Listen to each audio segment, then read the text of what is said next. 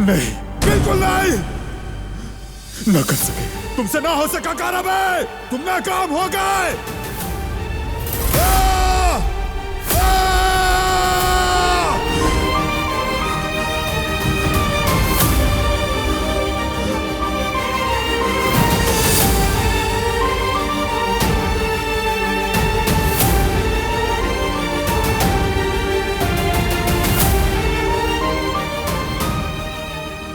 मैं कभी तुम्हें छोड़ना ही नहीं चाहती थी।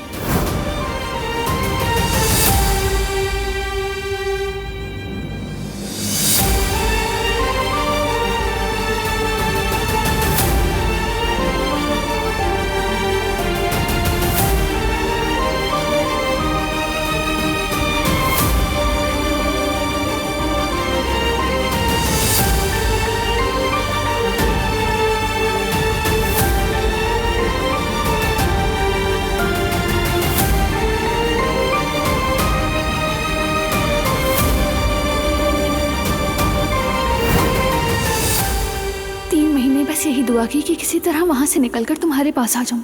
सिर्फ अपने महबूब से मिलने का ख्वाब था दिल में।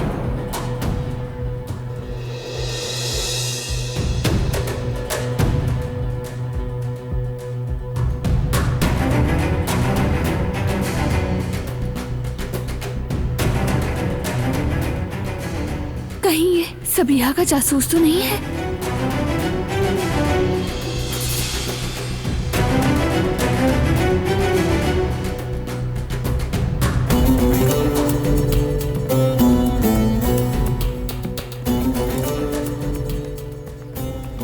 अगर मैं तुम्हारे मुंह पर ये सब कह के जाती तो शायद तुम्हें इतनी तकलीफ ना होती। जो मुझे सहना पड़ा वो तुम्हें ना सहना पड़ता।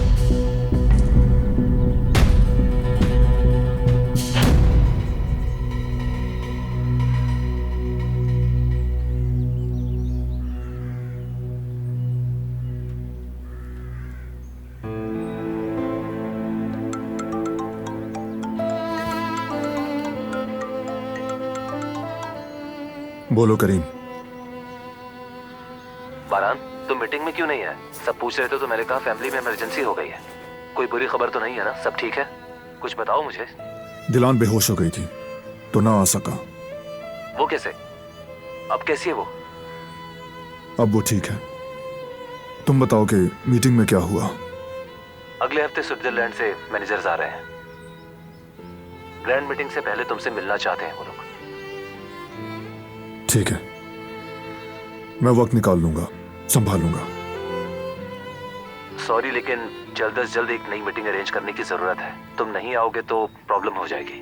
तुम सही कर रहे हो करीम। हम एक बहुत बड़ी डेवलपमेंट के करीब हैं। कहा ना सब हो जाएगा। और दिलान, डॉक्टर ने क्या कहा? बेहोशी की वजह क्या थी? बारान, देखो मैं समझता हूँ जो कुछ दिलान ने किया तुम उस पर खफा हो, लेकिन ये सेहत का मामला है। अगर उससे कुछ हुआ तो अच्छा नहीं लगेगा तुम्हें। डॉक्टर की जरूरत नहीं उसे, अब वो बिल्कुल ठीक है।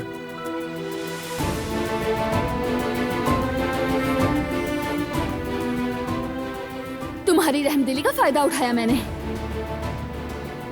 अगरचे आजाद साहिबा तुम्हें सिर्फ नफरत देना चाहती थी, तुम्हारी फितरत में रहमदिली नहीं मार सकी। मैंने उसे इस्तेमाल किया बारान कारबे। अब सब खत्म, अब मुझसे दूर रहो।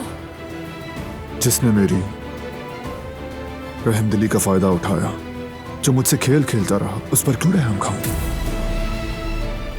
और मैंने कहा ना, वो अब बिल्कुल ठीक है, फिक्र मत करो।